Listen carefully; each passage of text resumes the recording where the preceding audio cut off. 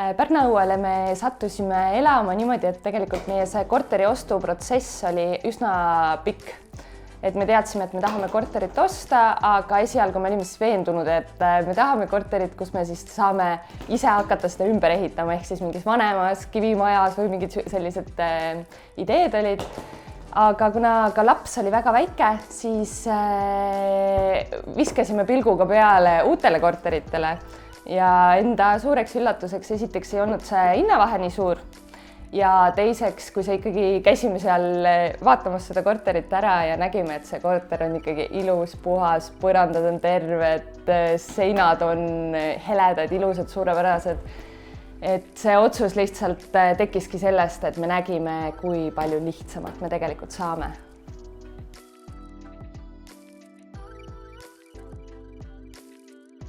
Väikese beebiga me saime ka siin tegelikult natukene aega elada ja juba siis tegelikult minu jaoks olid eelised olemas. Siin kohe lähedal on terviserajad, kus me siis saime kõvasti jalutada. Me oleme väga palju neid kulutanud.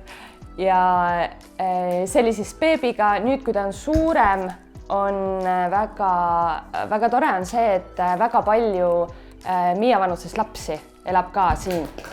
Et väga juhuslikult kui me vist 3. korral, kui me mänguväljakul käisime, siis Miia nägi seal oma lasteaiakaaslast. Meil oli väga suur rõõm, elavad kõrvalmajas. Et palju on lastega peresi ja väga lähedal on igasugused rand on kohe põhimõtteliselt kiviga visata terviserajad, et mõlemad abikaasaga käime jooksmas. Väga hindame seda, et sa tuled põhimõtteliselt uksest välja, elamurajoonist välja ja sa oled looduses.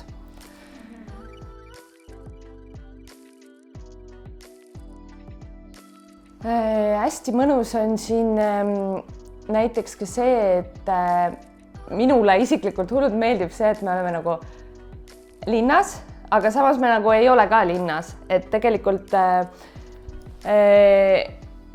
kuidagi see, et me oleme nagu täpselt piiri peal seal looduse ja linna vahel, pluss siis tegelikult, kui kõik need poed ja siin on võimalusi lastel trennideks ja igasugused asjad väga lähedal, et tegelikult see kaugus on selline just täpselt paras.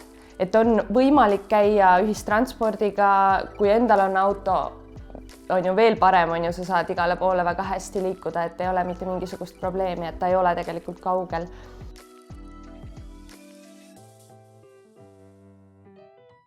Naabriteks on meil ka päris palju lastega peresid ja tegelikult meil oli paar aastat tagasi isegi selline suvel kella 7 mänguka klubi, sellepärast et kõik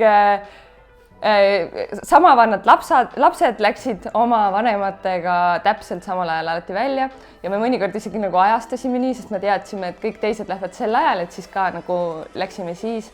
Muidugi siis eluolu muutus, et siis tekkis sellele väga pikk lünk vahele. Aga siiamaani on meil jah, sõbrad tuttavad, kes elavad ka meie kõrval majades, kellele me siis, ja neid on piisavalt palju, et alati me leiame kellegi, kes ka samal ajal saab tulla. Käime üksteisel külas, nüüd alles oli Halloweeni pidu, et igasugused ka Halloweenid ja täna õhtul minnakse Marti jooksma.